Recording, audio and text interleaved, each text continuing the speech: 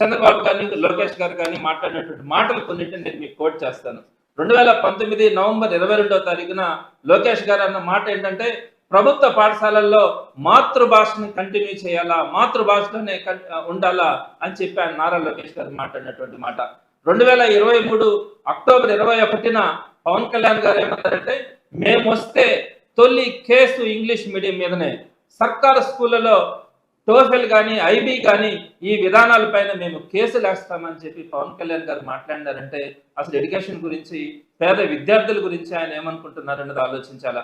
అదేవిధంగా ఇప్పుడున్నటువంటి చంద్రబాబు ఆ రోజు 2015 గురు పూజోత్సవం రోజు, సెప్టెంబర్లో జరిగినటువంటి గురు పూజోత్సవం రోజు ఆయన మాట్లాడింది విద్య ప్రభుత్వ బాధ్యత కాదు అని చెప్పి ఆయన మాట్లాడినటువంటిది వీడియోలు మనం అన్ని కూడా చూస్తున్నాం. అంటే విద్య చెప్పాలంటే కార్పొరేట్ స్కూల్స్లో కానీ ప్రైవేట్ స్కూల్స్లో కానీ చదువుకోవాల్సిన తప్ప, మీరు కనుక గవర్నమెంట్ స్కూల్స్ మీదనే ఆధారపడితే గవర్నమెంట్ ఆ బాధ్యతని పూర్తిగా తీసుకోలేదని చెప్పినటువంటి ఒక లీడర్ ఆ రోజు ఉన్నటువంటి చంద్రబాబు నాయుడు గారు మాట్లాడినటువంటి మాట మనం కనుక వింటే అది దురదృష్టం అనుకోవాలి.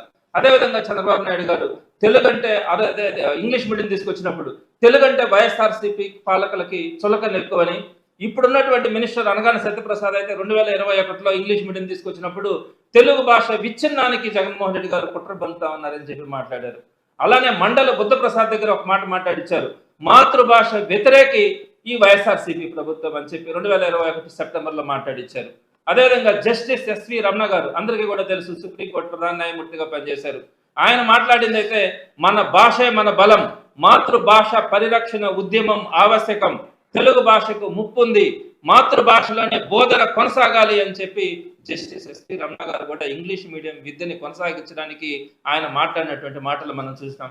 అదేవిధంగా 2021లో చంద్రబాబు గారు అమ్మ భాషను వైఎస్ఆర్సీపీ నుంచి మనం కాపాడుకోవాల్సినటువంటి అవసరం ఉంది.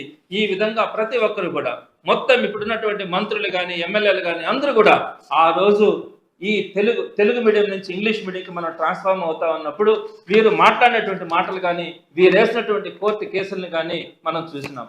ఈ రోజు నేను ఒకటే చెప్తా ఉన్నాను, జస్టిస్ ఎస్వి రమణ గారి దగ్గర నుంచి, చంద్రబాబు గారి దగ్గర నుంచి, లోకేష్ గారి దగ్గర నుంచి, ఇక్కడ మంత్రి నారాయణ గారి దగ్గర నుంచి, అనగాని సత్యప్రసాద్ దగ్గర నుంచి, బుద్ధప్రసాద్ గారి నుంచి ప్రతి ఒక్కరు కూడా ఏదైతే ఈ స్టేట్మెంట్స్ ఇచ్చినారో వారి కొడుకులను కానీ వారి మనవళ్ళు కానీ వారి మనవరాళ్ళు కానీ తెలుగు మీడియంలో చదివిస్తా ఉన్నారా, ఇంగ్లీష్ మీడియంలో చదివిస్తా ఉన్నారా?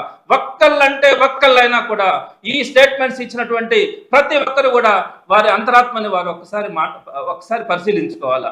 వారి కుటుంబంలో ఉండేటువంటి వాళ్ళ బిడ్డలను కానీ మనవళ్ళని కానీ మనవరాళ్ళని కానీ ఒక్కరినైనా కూడా తెలుగు మీడియంలో చదివించాలనే ఆలోచన వారికి రానప్పుడు ఆ పేద విద్యార్థులు ఇంగ్లీష్ మీడియంలో చదివితే మీకెందుకు అంత కడుపుమంట? మీ కళ్ళల్లో ఎందుకు అంత మంటలు పోస్తున్నట్టుగా మీరు మాట్లాడతారు? ఎందుకు అంత కుట్రలు పన్నారు? ఈ రోజుని కూడా ఇంగ్లీష్ మీడియం పేద విద్యార్థులకు అందకూడదని మీరు ఎందుకు ప్రయత్నాలు చేస్తూ ఉన్నారు? ఈ రోజు హైకోర్టు ధర్మాసనం ఇచ్చినటువంటి తీర్పు ఇంగ్లీష్ మీడియంలోనే విద్యాబోధన కొనసాగితేనే ఆ విద్యార్థులకి న్యాయం జరుగుతూ ఉందని చెప్పి ఈ రోజు తీర్పు వచ్చిన తర్వాతైనా మీ కళ్ళు తెరవాలి. జగన్మోహన్ రెడ్డి గారు ఎంత దూరదృష్టి కలిగినటువంటి వ్యక్తో ఈ రోజు మీ అందరికీ పాటు ఈ రోజు ప్రజలందరికీ కూడా అర్థమైందని మీ అందరికీ కూడా తెలియజేస్తా ఉన్నాను.